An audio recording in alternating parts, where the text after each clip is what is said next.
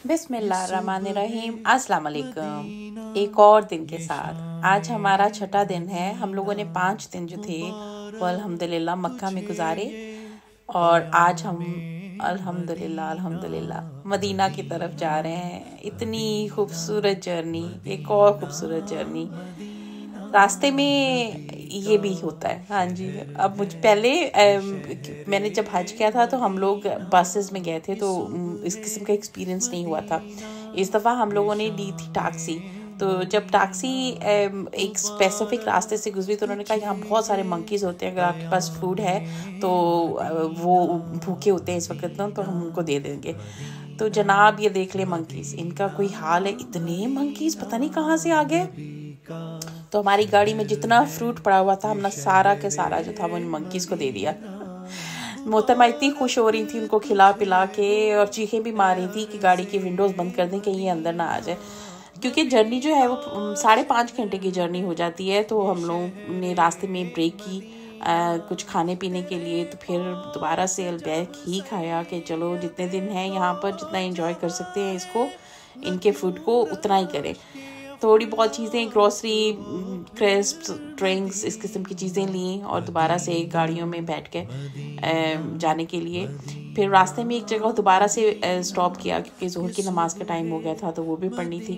तो खाते पीते इतनी प्यारी जी 5.5 घंटे की जर्नी हमारी गुजरी कि पता ही नहीं चला कि हम जो है वो कोई सफ़र भी कर रहे हैं। इतना खूबसूरत सफ़र था।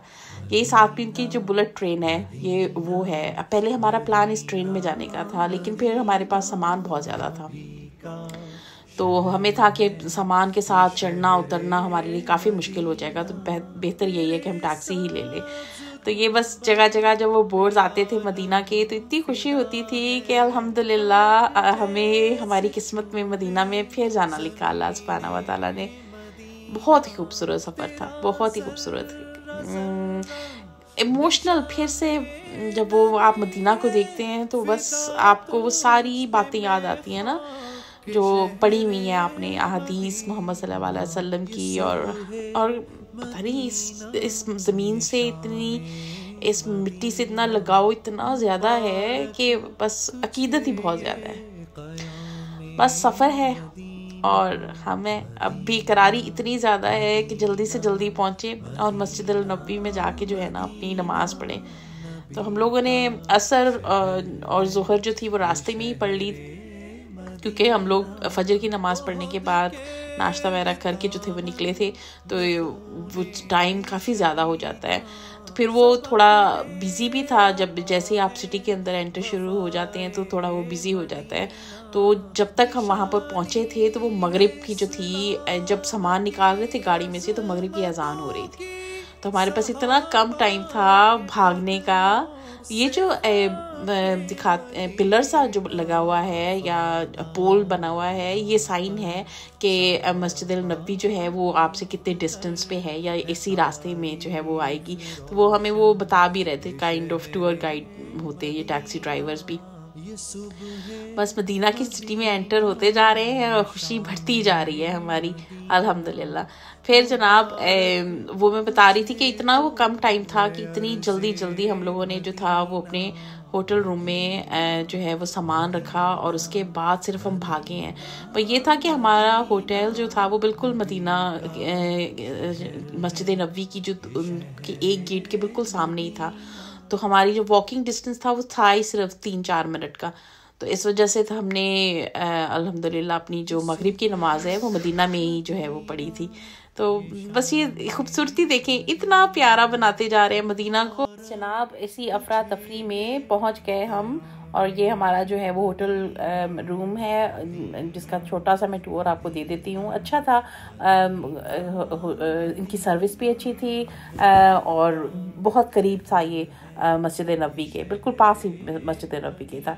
तो बस यहाँ हमने इतनी सी देर लगाई थी कि बस सामान उठा के फेंका ही है और हम भागे हैं, बाकायदा भागे हैं हम नमाज़ पढ़ने के लिए, क्योंकि वो इतनी एक्साइटमेंट थी ना मदीना मस्जिद नबवी देखने की, इतनी एक्साइटमेंट थी कि आप क्या बयान करें अब उसको। तो ये जनाब सैम्बल वही उनकी दिन को खुल जाने वाली छतरियाँ जो कवर कर लेती हैं सारा जो सहन है अहाता, ताकि गर्मी में जो है वो पढ़ने वाले नमाजी जो हैं उनको गर्मी ना लगे।